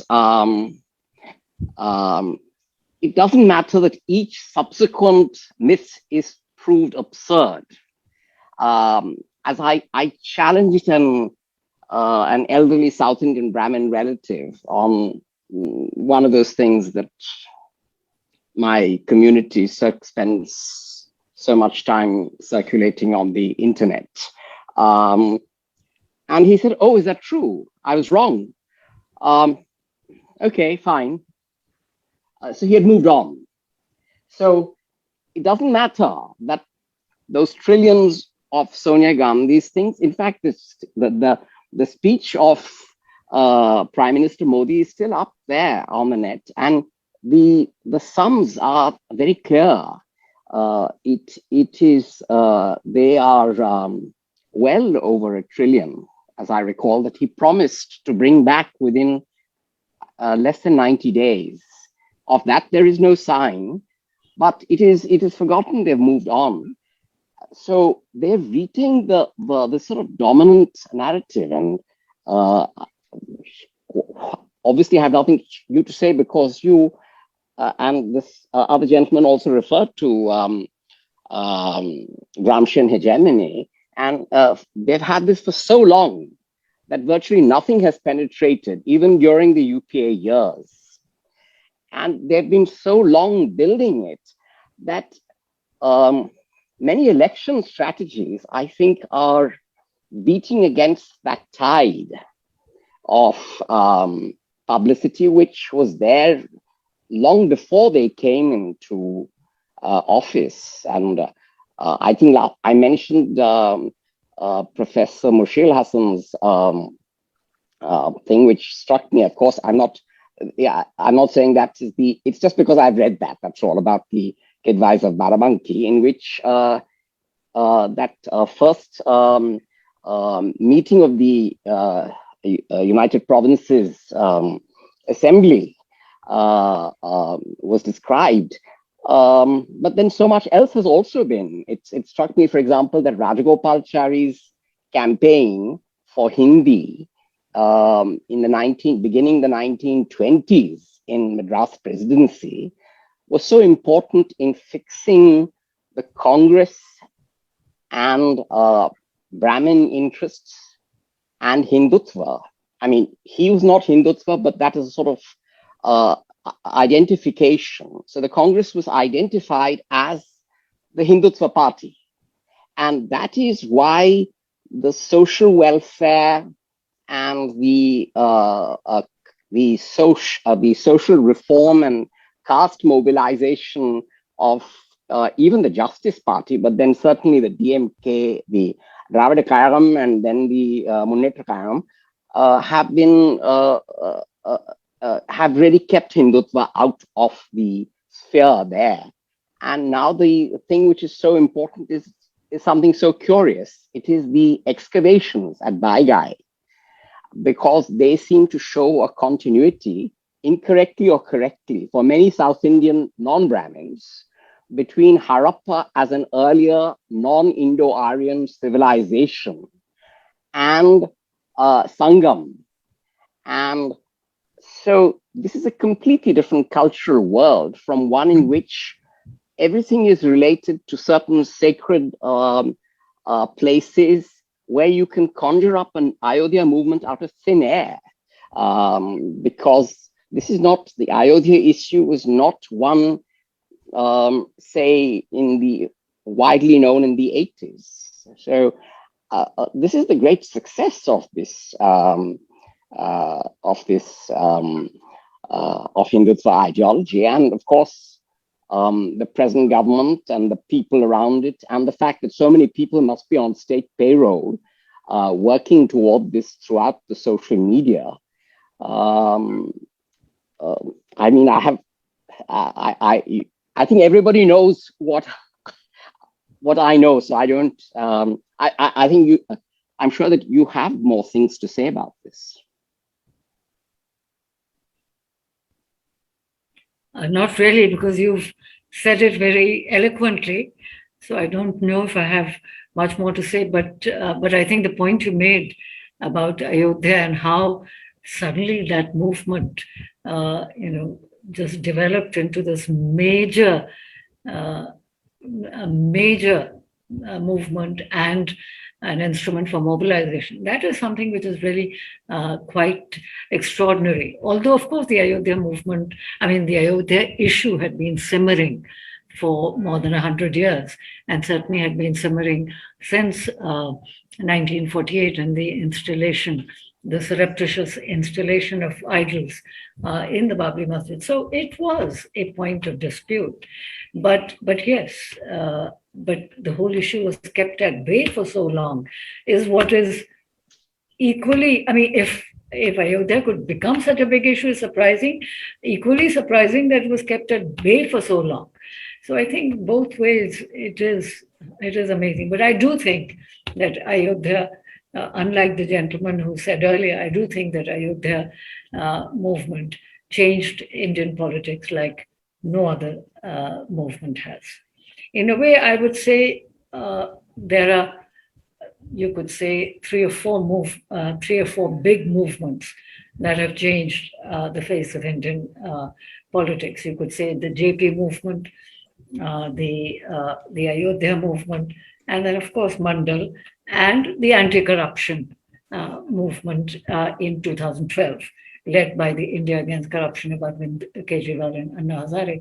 I think these have been the four big movements that have changed Indian politics. And within these four, I would say that of these four grand movements, if I could use that term, clearly the Ayodhya movement has been the most significant with the most far-reaching impact. But again, its impact, as I think you very rightly just said, is confined to North India. But then North India is so significant in terms of numbers that that we can't say that it is only limited to North India. But we're talking of, sort of 60% of India, so to speak, when we are talking of North India, where it has had its greatest impact. Alok Tandon May I just raised his hand. Alok ji, sorry, please. May I just point out one more thing for you? Please. Thank you. Kalok ji, 1 minute ruk jayega. Please. Okay. Kannan, please. You want to add something? One small thing. Not just in Urdu, in terms of Urdu and Hindi, and the whole set of connections. And I note here that Vinod Mubai, who is the nephew of R.K. Hazari, for whom I worked, the economist for whom I worked early in my career, who used to always complain that he said, I cannot follow All India Radio because every year they introduce new words which don't exist in any language because they're all compound Sanskrit words. And he was an Urdu speaker and writer. All through every Indian language, there's actually been this purging of primarily Farsi Persian, but also Arabic words, vocabulary. So it's dramatically evident in the case of Marathi, which went through this great change in, at least, maybe I'm wrong, but it seemed that Savarkar initiated that change. And because you can see in Pula Deshpande's plays so conspicuously that personalities who speak an older Persianized Marathi, which I still see if you go to land records in Maharashtra. And it's in other languages like Telugu and others, Telugu very conspicuously now, but right through. And this is a movement which is carrying on, which is very important. People aren't talking about it. It's part of the same phenomenon. So it's not just about Hindi and the UP and so on. So I just was mentioning that and what the relevance of that might be in terms of cultural hegemony.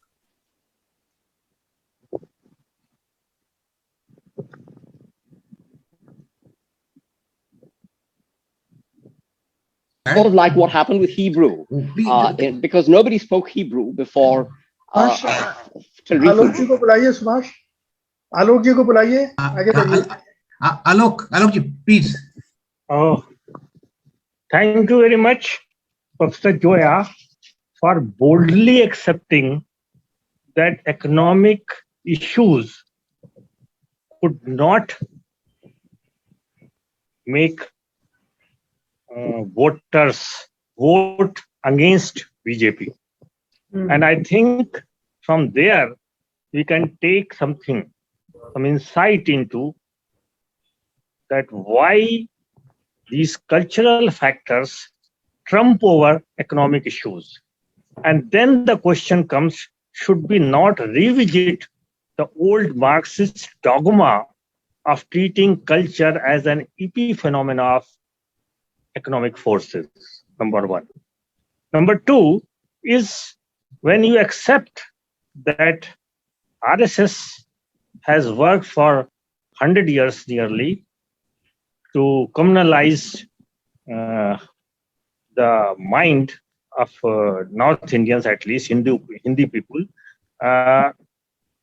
what can be the strategy, long-term strategy on the cultural front to counter that propaganda and machinery and the organization and the success of RSS? And third, I would like you to ask, when RSS is talking and BJP is also talking about, and the danger is 24 when there can be a declaration of Hindu Rashtra, can there be an alternative, an ideological alternative to Hindu or cultural nationalism, or we can only base on this social justice politics of SP and BSP, which is already discredited in your talk? Thank you. Well, again, I think your point about economic issues not being important, clearly the economic issues were important, but it's just that it's not, so we can't say that materialism played no role, but it's just that this is a materialism which benefited the right, whereas we generally connect materialism with the left or welfare with the left, but clearly that is not the case. So I think so we can't say that economic issues weren't important at all. But the other point that you're making about the cultural factors, I really and what kind, and that the left has neglected cultural factors. Well, yes and no in a way. I mean, after all, if you look at the whole progressive writers movement, that was a cultural movement, and at one time when the left was more influential than it is now, the cultural aspects were important. But yes, I mean, the overall understanding is driven by greater emphasis on economic issues. Now, the point about, this is the dilemma. Should one be focusing on livelihood issues? Because you know very well, or rather because we know very well that we can't get very far on the cultural issues. But if you neglect the cultural issues, then you give space to communal politics to flourish. So this is the big dilemma, and I have to confess, one is at one's wit's end to see what is the way out. It has to be a combination of livelihood issues which must be given, which have to be given the greatest prominence. But at the same time, clearly, I wouldn't call it cultural issues, because you see, the minute we say cultural, then we do get into this whole domain of, because in India, culture is so often identified with religion, and therefore the cultural then takes you into the domain of religion, and I'm not sure, and that is a slippery ground. So therefore, yes, I mean, non-economic issues, if I could put it very crudely, are also important, but how that can be taken up is not something that I can that I have been able to really come up with any satisfactory answer, except that I can see that both economic and non-economic issues have to be addressed. But, there's just so many. Professor, Thank you. Yeah, Professor Zoya, I myself have a small question. It's a not immediate about the immediate future impact or the current politics. It's little related. It's little historical to understand the historical developments that led to the emergence of Hindu majoritarian politics now, as you have already beautifully explained.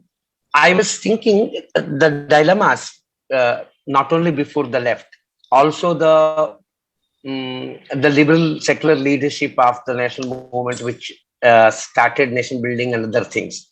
There are definitely two important agendas before them. One is modernizing the economy in the form of decolonization, industrialization, building infrastructure, building modern institutions, etc.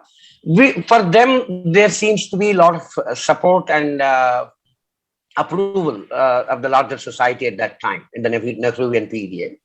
But the other agenda, modernizing the social cultural sphere, which seemed to be always faced problems in the sense that if we remember this Hindi movement, there were elements within the Congress which want to impose Hindi or Hindu kind of ideology was there within the Congress in some sections, but outside Congress, opposing to Congress, for example, Lohiite forces, they were the ones who were criticizing Congress almost in a derogatory sense, calling them urban elite and Western, all those choicest words they used to call Nehru leadership and Nehru's vision. And so some kind of earlier version of this present regime, which uses Khan market, libtard and all those, the present terminology now we are familiar with, but similar kind of versions are there in the earlier period when the Nehruvian legacy has a hegemony over people. So do we think, is there a connection within the society which is opposed to modernization in social cultural sphere from their own angles, which was opposing Congress, apart from the Hindu communal right, which was there from the very beginning. But even non-BJP forces were there even before Mandal politics emerged very specifically in 80s. So those forces continued. And we also see that in emergency time, the same Lohiite and other people who were opposing Congress and also Bharatiya Janasangh, Hindu communal right, they working together. So they emerging, this Mandal and in the form of Mandal and Kamandal kind of dichotomy in the politics, they occupying the space, the mainstream politics, nudging away both the left and Congress and other liberal agendas. So how do we see this? And finally, Mandal is swallowed by the Kamandal. So how do we see this? It's only just Hindu communal right wing or other forces which are opposed to social cultural modernization? How do we understand that? I think you're quite right that the entire blame cannot just be put at the door of the Hindu right. And the question that you're asking is that there are other forces. I mean, for example, if we look at the whole Hindi movement and the parties which were promoting parties or forces, groups and organizations that were promoting the Hindi movement have, in a sense, while one cannot fault the promotion of Hindi, of course, but at the same time, that has, in a way, contributed to the growth of the kind of politics that we see. But you see, the curious thing is that while the whole Hindi argument is supposed to be anti-elitist and it is often said that populism has an anti-elite dimension, including right-wing populism that we have in India has that anti-elite dimension, Latvians and so on and so forth, the Khan market gang and so on. But the point is that in North India, and that is the interesting thing, that in North India, can we really say that there was an English-speaking elite which was dominating politics, economy and society, which needed to be challenged and displaced? I don't think so, because for the past 40 to 50 years, the Hindi elite has been well ensconced. And yet, now, of course, you could argue that at the central level, there was this sort of English-speaking elite. But the point then is that why is it that the anti-elite argument has takers in North India, where it is hard to say that an indigenous or Hindi-speaking vernacular elite was not already well established, and it is that very Hindi elite which has been Hindi elite, which is often from the backward caste, Mandal, and so on. And so, a combination of all of them, of all of this, has been in power. Has been in power in North India. So yes, I mean, it's the whole story is so complex and multidimensional that we are only sort of touching the surface of it, so to speak. Naresh ने हाथ खड़ा किया। नरेश लखनऊ से नरेश है। Naresh please. Ma'am, is there a relationship between socialism and democracy? If it is so, then what is the way? How the left of India seriously think about the relationship between socialism and democracy? Because this is a big dilemma in the left all over the world. That was a dilemma until the collapse of Soviet Union. But I doubt if after the collapse of Soviet Union and all that we have now learned about Stalinism and so on and so forth, I don't think the relationship between socialism and democracy is problematic, because it's very clear that that democracy is essential. So I don't think. I mean, why do you say that is a problem now, post Soviet Union, when there is clearly a general acceptance of the centrality of democracy and the absence of it in Soviet Union, contributing, among many other things, among many other reasons, for the collapse of the socialist state, which again is a complex story, but surely that was one aspect apropos your question. Because Russian regime is not considered as a democratic socialism, we are socialist democracy. It is dictatorship of politics. The Soviet regime or the Russian regime today? Soviet Union. Yeah. So that's what I'm saying, that after the collapse of Soviet Union, surely the relationship between socialism and democracy is accepted, that you have to have both. But how that works itself out is the whole question, because then there is the question of the of the party and and its role. The Communist Party and its role. So in a way, some of the new left movements have addressed this issue, but then the new left movements haven't gotten very far when it comes to electoral politics. And democracy today is so dominated by electoral politics, which the left has not mastered. Pradeep Singh wants to ask some question. Pradeep. Thank you, Subhas. वैसे तो हो गया है। मैं just ये पूछना चाहता था कि जो इलेक्टोरल डेमोक्रेसी है वो बेस्ड है सिटीजनशिप के राइट पर, 1 सिटीजन 1 वोट 1 राइट।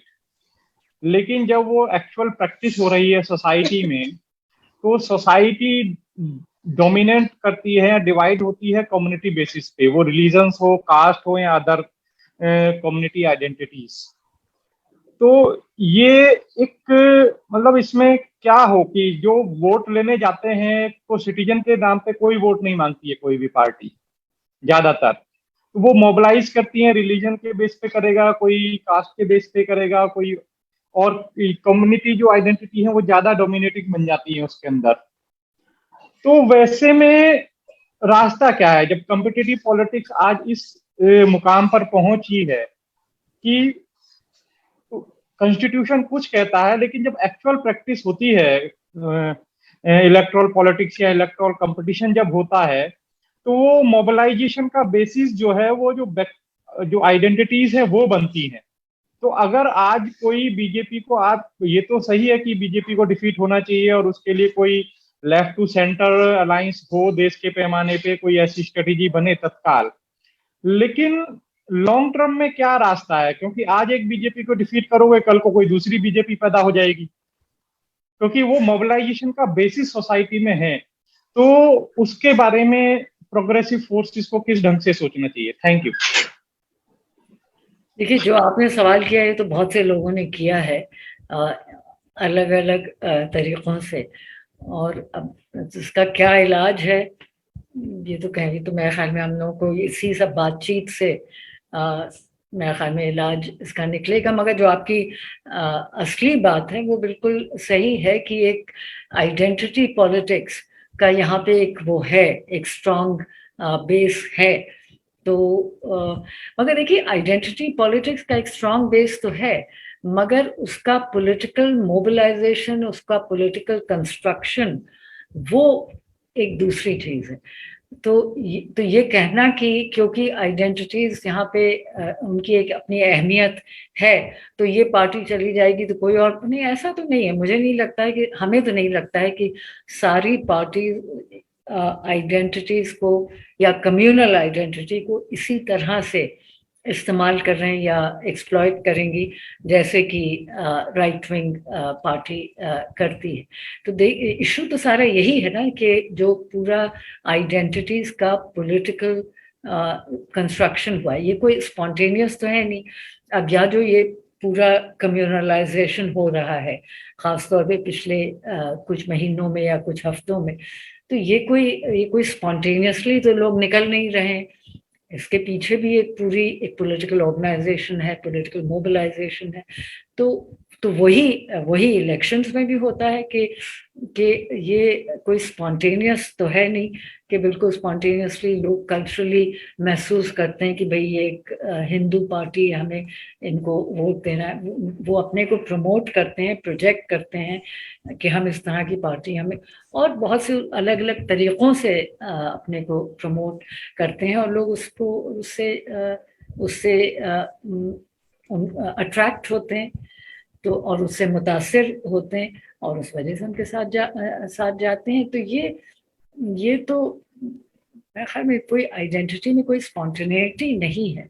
ये तो जब आइडेंटिटी का इस्तेमाल किया जाए और उसका पॉलिटिकल कंस्ट्रक्शन है और पॉलिटिकल मोबिलाइजेशन है तभी होता है। ये तो आप एक तरह से नेशनल आइडेंटिटी को भी कह सकते हैं कि वो भी कंस्ट्रक्टेड होती। पूरा बेनेडिक्ट एंडरसन का जो आर्ग्यूमेंट है वो तो यही है ना कि वो किस तरह से आइडेंटिटीज कंस्ट्रक्ट होती हैं, और वही हम लोग देख रहे हैं पिछले कुछ सालों से। Vinod Mubai from Santiago has joined the meeting. He's in the meeting since beginning. So please, Vinod. Thank you very much, Subhash, and thank you, Zoha ji, for a very incisive discussion. I have a small question which is coming up in the mind for the last few weeks, which is that in the last 7 or 8 years, we have seen that private lynch mobs have played a very significant role in furthering communalism, communal violence, and the spirit of Hindutva as a kind of phenomenon extending over all of society. Now, the state seems to be entering a lynch mob character as shown by events in Khargon in Madhya Pradesh and especially Jahangirpuri, where the state violated all laws, even defied Supreme Court for a while and so on. So when the state becomes, in fact, a private lynch mob, what does this portend for the future of this bulldozer politics in UP and in other places? Some writers, commentators have raised very alarming scenarios of genocide and so on, mass killings of minorities. What is your feeling about that? Thank you. I think we are entering a dangerous phase. I don't know if I would say that the state is become a private lynch mob, but surely the state is either looking the other way or backing some of these organizations and groups that are engaged in hate politics, divisive politics, and so on and so forth. So yes, I mean this is very dangerous, and this needs to be contained. This needs to be controlled, and it's been several days since these events have taken place, and no one from the ruling party or the government has spoken against it. And I mean, okay, even if the Prime Minister and the Home Minister don't speak up, surely no one else has either. And if there is any speaking, it is more in defense of what is being done, defense in the sense of talking about victimhood and how, and the whole focus is on attack on religious processions. Can't Hindus celebrate their festivals? I mean, when were they not able to celebrate their festivals? But the whole idea of these processions, which have a long history, but as a number of people have very interestingly pointed out that these Ram Navami processions in the past were not known to lead to violence. There may be others, there may have been some occasions when they have, but not necessarily.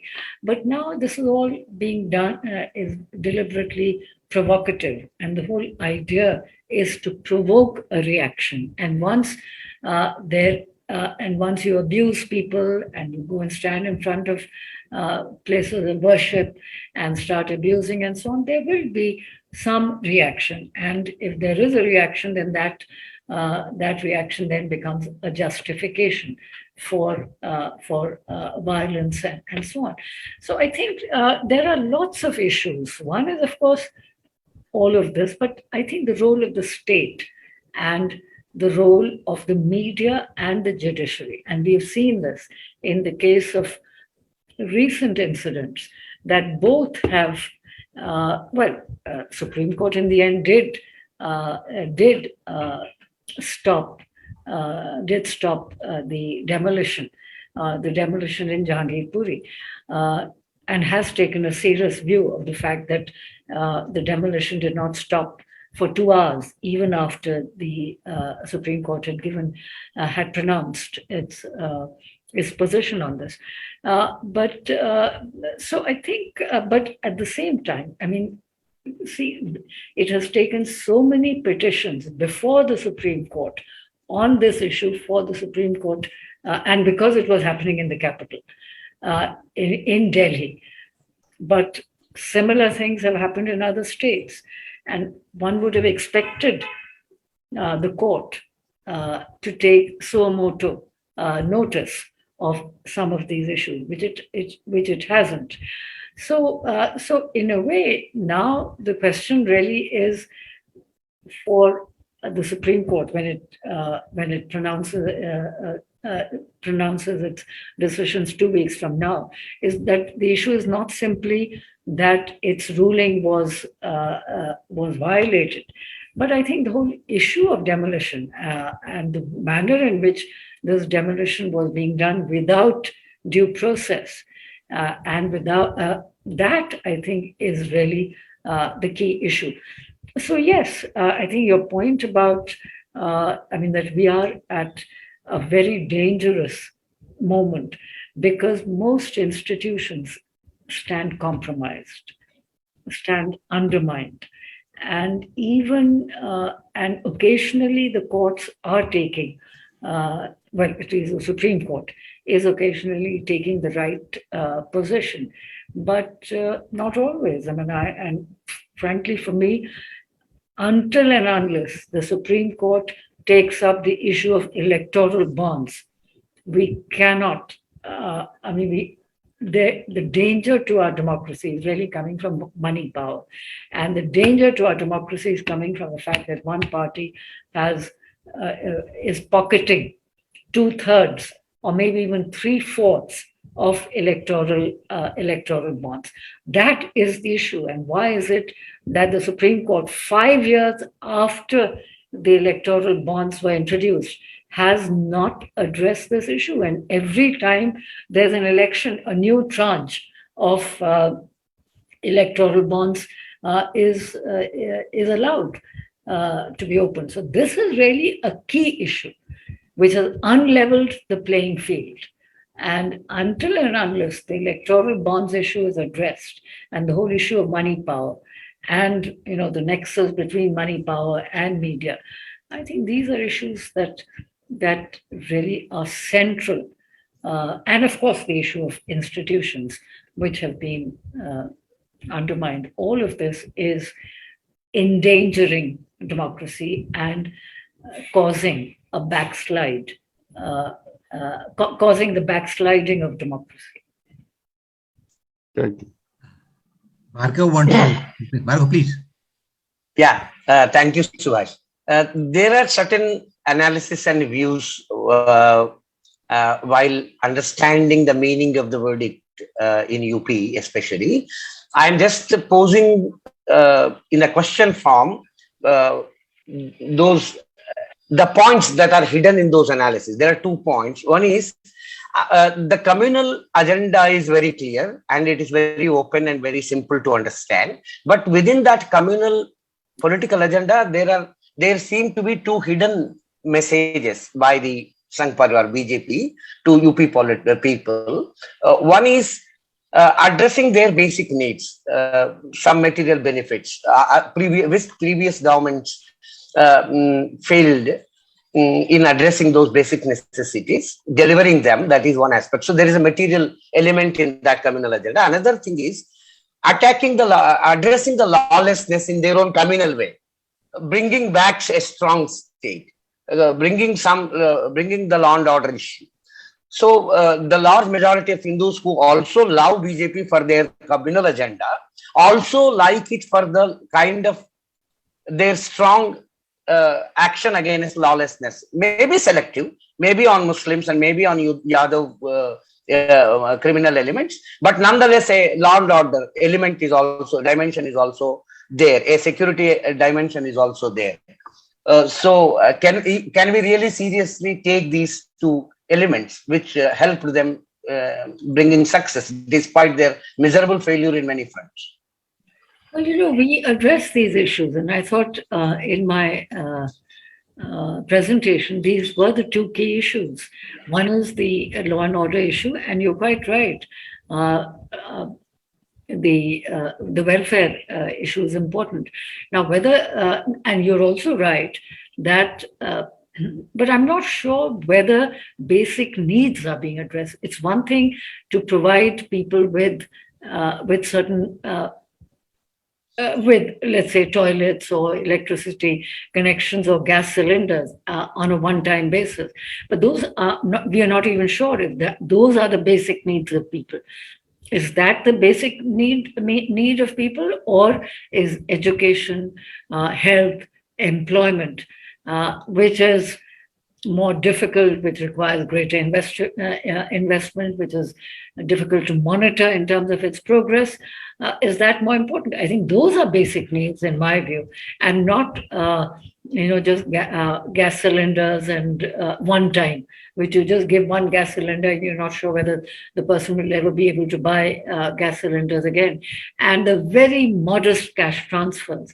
Now, I wouldn't call these basic needs, but yes, there is, these have been provided, and people have been made to recognize that these are being provided by the government. And once the government provides, the government expects that people who benefit from this will vote for the party that provides them. So yes, in that sense, this is very important. What was your second Security. Law and order, yeah. Now, of course, security is an issue, and you're quite right in saying, in pointing out that perhaps law and order was a problem. But I'm not sure whether the issue is really so much law and order, but as many people have pointed out, the control of thanas by local politicians belonging to the ruling party, which was in power before the BJP. So that Thana control by the local politician, that has been certainly shaken by this government. So when people say that law and order has been established, what they mean is that they can now go directly to the Thana and kind of bypass that kind of local control of thanas. Now that is significant. I mean, we have to recognize that that is a significant change, but I don't know enough. I've only read about it in reports during the election campaign that this is the change that has come about. And perhaps only an authoritarian government such as exists in UP could have done this. So, and also the third point that you're making is important, that implicit in this is the support for a strong man. And that strong man, in this case, is the chief minister and of course, the prime minister as well. We are moving to the conclusion of this meeting. I will request Comrade Ravi. Please, Ravi wants to make some comments, please. Yeah, thank you, Subhash, and thank you again, Zoya ji, for so patiently answering all the questions. I am sure that there is great need for continued conversation and discussion and brainstorming. We at NSI asking too large a question, too large certainly beyond our capacity. But maybe it is a difficult question. Our emphasis is on the issues that lie underneath the social soil. So we kind of, at the risk of sounding at times pessimistic or at times too culturalist, we are asking, why is the playing field tilted against progressive forces? And we feel that that question is not being addressed as directly by the left forces, by progressive forces, and if I may say so, even by progressive intellectuals, because we agree with all the descriptions that are given. We agree with the criticism that is made of various oppositional forces. But for example, I mean, I was listening to Ramesh ji after a long time, and if Ramesh ji exhorts all of us to go to the people, and we all gather courage to go to the people, assuming that we don't have that courage right now, as it comes from his statement, do we think that that is the only piece of puzzle missing? When we go to the people, we will succeed? I have a feeling, and we raise this question among ourselves often in NSI, that when Krishna was sleeping and when Arjuna and Duryodhana both went for support to him, as our as our culture and tradition is, we don't go for right and wrong, we try to be on both the sides. He gave himself to Arjuna and he gave his army to Duryodhana. He supported both the sides. Of course, he decimated one side by his manipulations. But if we go to Janata Janardhan, will Janata Janardhan give something to us too?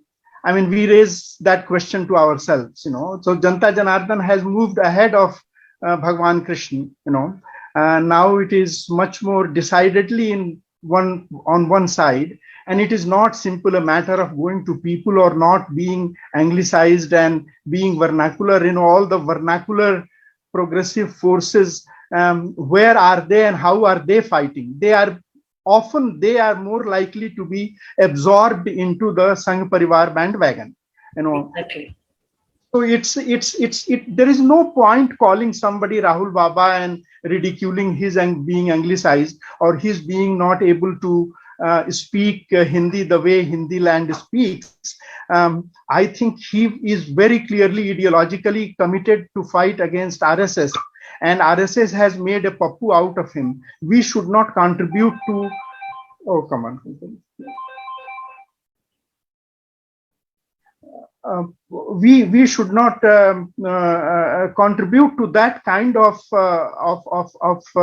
discourse, ridiculing. We need a very clearly articulated, very bold and courageous, secular, democratic, socialist, progressive politics to be stated. If people don't buy it immediately, so be it. But if you want to become a B team in order to attract popular support, then you can at best become AAP. And even AAP, the B team cannot really challenge the A team. That soft Hindutva and that kind of imitating A team is no strategy at all. And if at all it is a strategy, it is a strategy to keep the progressive forces, the right thinking forces, correct thinking forces, pro-people forces out of the playing field. So this is the question we are asking. How do we go beyond describing what BJP has done and what opposition has not done?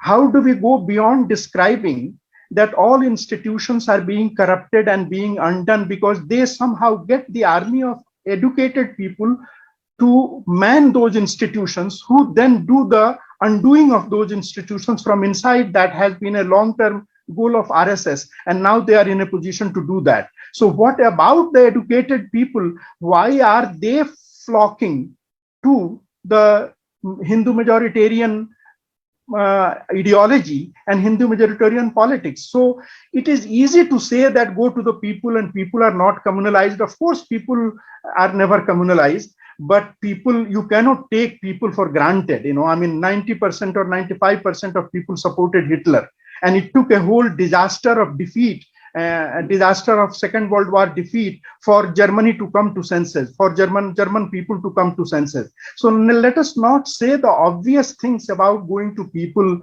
and taking people, that people are not communalized. The playing field is tilted. People are involved in that. Cultural mind is made a certain way, and that the cultural mind, the way it is made a certain way, is helping the RSS. And I recognize their decades old hard work, but that doesn't mean that our decades old hard work will pay equally as their decade old hard work has paid. And that is why we should admire what happened in the Nehru years. What a difficult question he had in front of him. The same society, the same religious society, the same society which has made the now tilting of the playing field obvious against us. And yet he could achieve what he could achieve. We as leftists criticized him at that time, and we as leftists now call that Nehruvian ideology is obsolete ideology. I think we on left, we have to do a lot of soul searching and go beyond populism and try to find out what is the reason that not only left has been marginalized, but left of center, mainstream, what we call bourgeois political stream, also has been marginalized. So that is the question we are making central question of all our conversations at NSI. And we are, that is where Professor Zoha and others help us to try to go beyond description and beyond apportioning blame. What is to be done when the playing field, there is something to be done to the playing field itself. Thank you. Thank you. Thank you very much. Well said. Yeah. So I think with these words, सबसे बड़ा काम सुभाष जी ये है कि घर में बैठे रहो, बड़े क्रांतिकारी हो। जनता तो जाहिल है, हम ज्ञानी आदमी हैं, जनता के साथ मत जाओ, हम घर में बैठे क्रांति कर देंगे। जी स्टूपिड नॉनसेंस। अरे रमेश जी, हम आप जनता के साथ हैं, हम भी आपके पीछे पीछे चलेंगे, लेकिन किसके कहने से हम जनता के पास नहीं जा रहे हैं, ये बहस का मुद्दा नहीं है रमेश जी। यहाँ आकर जनता जनता करने से समस्या का हल नहीं निकलेगा। समझना पड़ेगा, समझना पड़ेगा, समझना पड़ेगा। हम घर में बैठ जाएंगे, लेकिन हम तो 130 करोड़ में एक है ना। आप मोमबत्ती जलाने से काम नहीं चलने वाला है। बहुत हो गया भाई, ऑन द फील्ड, सड़क पे आइए भाई, लड़ना पड़ेगा भैया। बिना लड़े घर बैठे बंद कर देंगे आप, मजाक कर रहे हैं बिल्कुल ही। नहीं, फील्ड के साथ साथ वैचारिक सवाल भी बहुत महत्वपूर्ण है, जिसको साथ लिए बिना नहीं हो सकता। बिल्कुल ठीक। तो मेरे ख्याल से इन शब्दों के साथ ही हम लोग we should conclude this meeting, interesting meeting. I once again thank Professor Zoha Hasan for joining, for sparing her time and enlightening this discussion. We'll again call her again so that we can learn from again. So I thank all the participants also for this meeting, who joined this meeting and participated in the discussion. Thank you very much. Thank you. Thank you. बहुत बहुत शुक्रिया.